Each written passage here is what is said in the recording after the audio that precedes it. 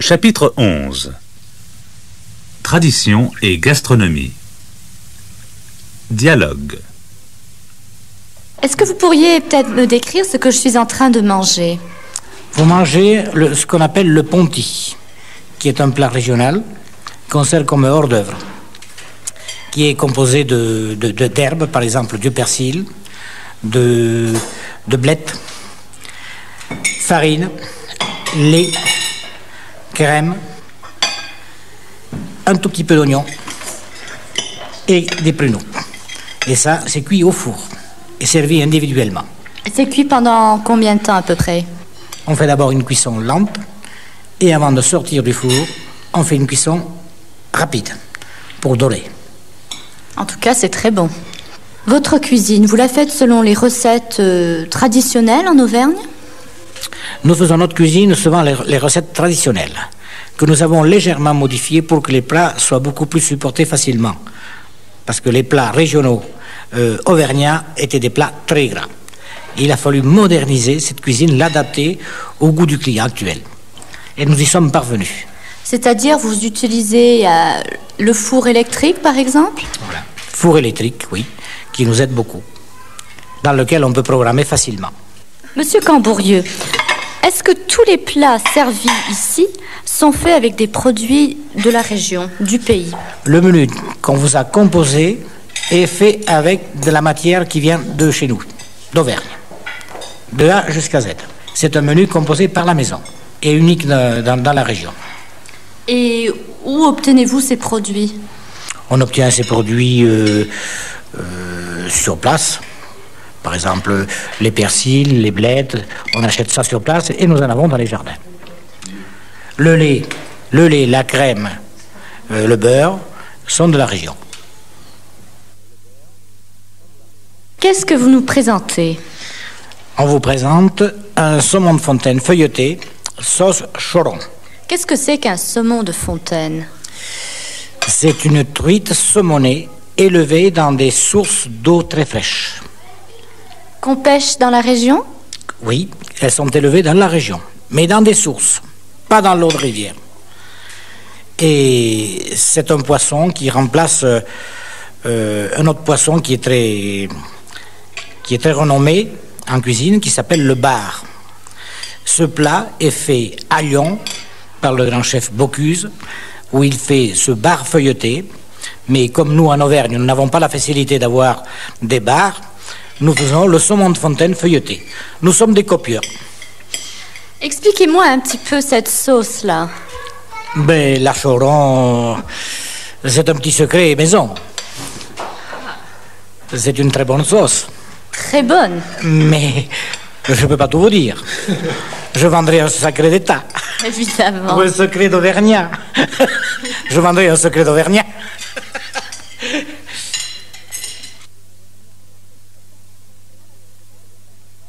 Qu'est-ce que c'est, là, exactement, la truffade? La truffade, ce sont des pommes de terre. Il a fallu, là aussi, la moderniser. Parce que la truffade se faisait à la poêle.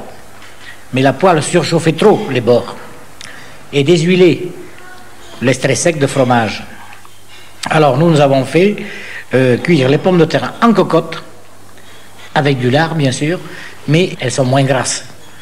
Tous les plats régionaux, il a fallu les dégraisser, si vous voulez mieux. Il y avait trop de graisse qui composait ces plats pour les offrir aux clients et pour qu'ils soient plus digestes. Avec quel fromage est-ce que c'est préparé? En principe, la truffade se fait avec l'extrait sec de fromage. C'est-à-dire que c'est le caillé desséché qui fait c'est ce qu'on appelle la tome, en deux mots. Et c'est cette tome qui, au contact de la chaleur et des pommes de terre chaudes, file et devient la truffade. On peut mettre du fromage très tendre, mais il vaut mieux la tome. Monsieur Cambourieux, quel est votre plat préféré? Des pieds de cochon pané. Ça, c'est bon. Est-ce que c'est un plat typiquement auvergnat? Auvergnat, oui, parce que en Auvergne, on mangeait énormément de cochons. Mais ça peut être un plat national, si l'on peut dire. Et les lentilles. au lardon. Et il y a aussi les pissenlits au lard. Mais les pissenlits de nos montagnes, il faut que le pays soit sauvage. Il faut que ces pissenlits poussent naturellement. Et fait au lard, c'est un plat extraordinaire.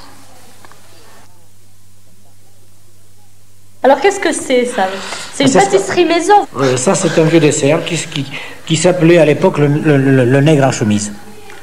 Bon, nous l'avons modifié. Ce nègre en chemise, c'est du chocolat, c'est un genre de demi-meringue un petit peu molle, vous voyez, faite avec des noisettes pilées, glace vanille et chantilly. Mais chantilly avec de la crème, pas avec du gaz carbonique. Hein? Les gens qui vous font de la chantilly, aujourd'hui, ils utilisent le gaz carbonique. C'est épatant. Quand on éternue, toute la crème part en l'air. Mais la nôtre, elle reste. Bien, le repas que vous avez mangé est un repas composé de plats gastronomiques du pays, de spécialités auvergnates, mais ce sont des plats qu'il faut commander. Car la cuisine auvergnate ne s'improvise pas. C'est une cuisine qui est faite à base de cuisson lente, surtout dans les fours, et il faut être prévenu à l'avance pour les faire au dernier moment. La cuisine auvergnate ne supporte pas une deuxième cuisson. C'est une cuisson unique et qui se mange tout de suite. La cuisine auvergnate ne se congèle pas. Elle est faite avec des produits frais et du terroir.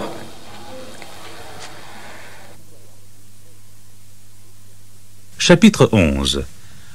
Exercice de prononciation. Écoutez et répétez. Ce que c'est. Dire ce que c'est.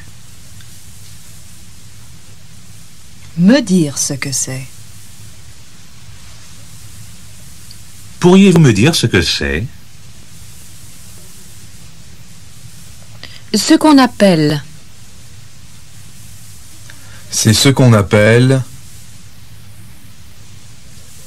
C'est ce qu'on appelle la sauce béarnaise.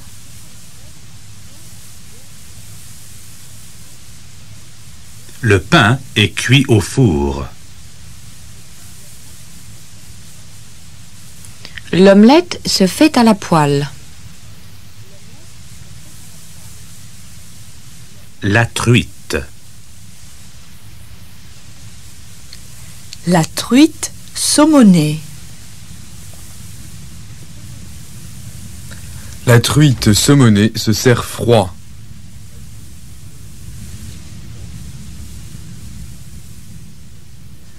Chapitre 11.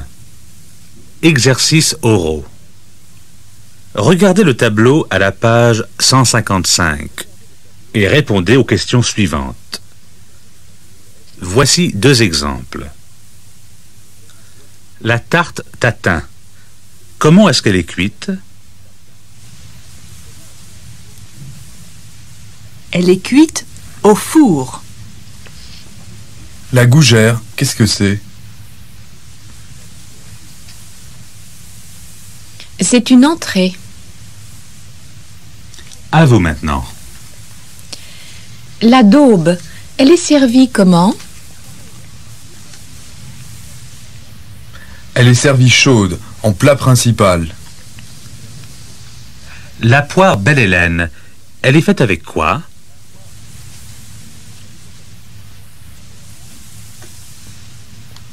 Elle est faite avec des poires et de la glace à la vanille. Qu'est-ce que c'est que le navarin? C'est un ragoût. Et comment est-ce qu'il est cuit? Il est cuit en cocotte. Qu'est-ce que c'est que la lotte à l'américaine? C'est un plat. C'est fait avec quoi?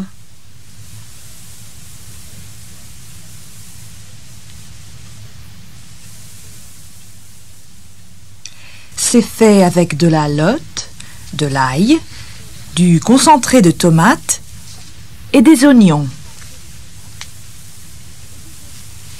Mettez ce qui suit à la forme réfléchie. This dish is served with a sauce.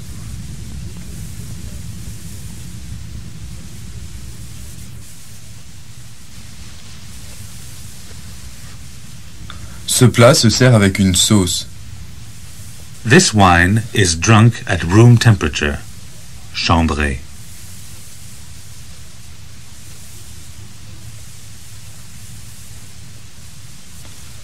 Ce vin se boit chambré.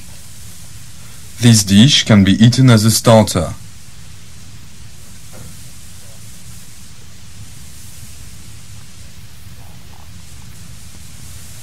Ce plat peut se manger en entrée.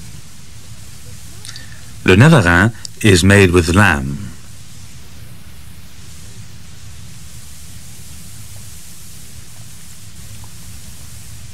Le navarin se fait avec du mouton.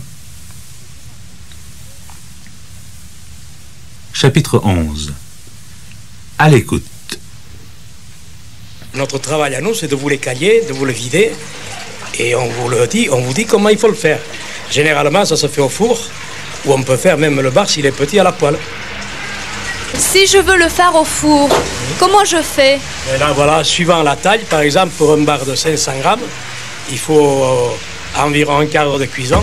Bon, vous l'arrosez d'un tout petit peu d'huile, salé, poivré, un peu d'huile. Quelques rondelles d'oignon, quelques rondelles de tomates par-dessus. Salé, poivré, ajoutez un tout petit peu de vin blanc, mettez un peu de thym et un peu de laurier. Et cuisons un quart d'heure, et pendant ce quart d'heure, vous arrosez toujours de temps en temps votre poisson qui se trouve au four. Excellent. Ça s'accompagne avec des pommes vapeur, après, si l'on veut. Et j'aimerais alors prendre du bar pour 4 personnes. Combien faut-il que je prenne? Bon, là, pour 4 personnes, parce qu'il y a quand même pas mal de déchets, il vous faut un bar de 1,5 kg environ. Hein? 1,5 kg. 1,5 kg. Et vous me le nettoyez d'abord? Non.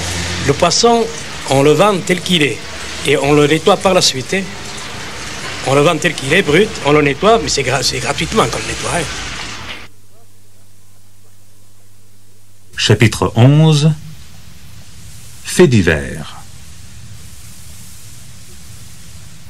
Bonjour monsieur, quelle est votre profession? Je suis boulanger Depuis combien de temps vous êtes boulanger-pâtissier? depuis 23 ans. Est-ce que vous pourriez nous expliquer les différentes étapes ou les différentes opérations pour fabriquer le pain? Oui. Alors, pour fabriquer le pain, première opération, le pétrissage. Nous recevons de la farine d'un meunier que nous pétrissons avec de l'eau, de la levure et du sel. Et qu'est-ce que c'est le pétrissage? Mais le pétrissage, c'est en somme le mélange qui nous permet de faire la pâte. Et une fois que la pâte est pétrie, qu'est-ce que vous faites après? Une fois que la pâte est pétrie, nous la pesons. Et ensuite, une fois que la pâte est pesée,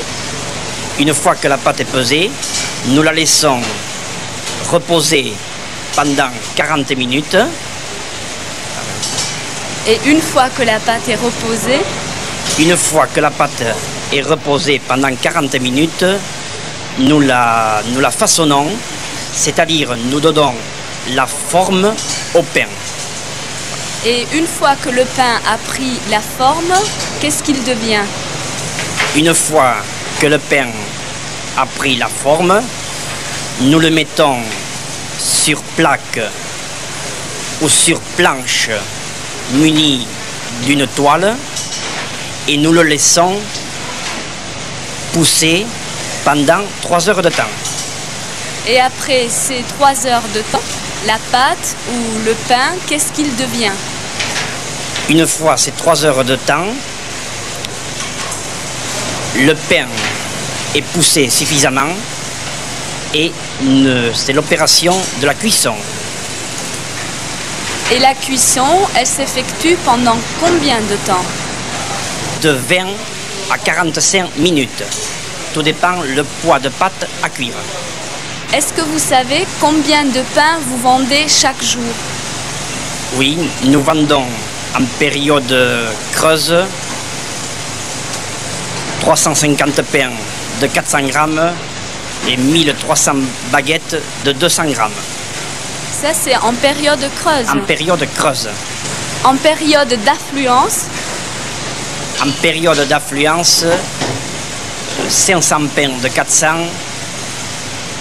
et 2300 baguettes de 200 grammes. Est-ce que les gens mangent actuellement plus ou moins de pain? Ben, actuellement, les gens mangent moins de pain qu'auparavant. En France, on associe souvent, ou presque tout le temps, les boulangeries avec des baguettes, des ficelles ou des pains. Est-ce qu'il n'y a pas d'autres spécialités? En boulangerie pure, oui, vous avez des pains spéciaux que nous appelons, c'est-à-dire des pains, je vais vous citer des exemples, des pains de campagne, des pains de seigle, des pains de son, des pains de gluten. Vous avez une multitude de différentes sortes de pains spéciaux.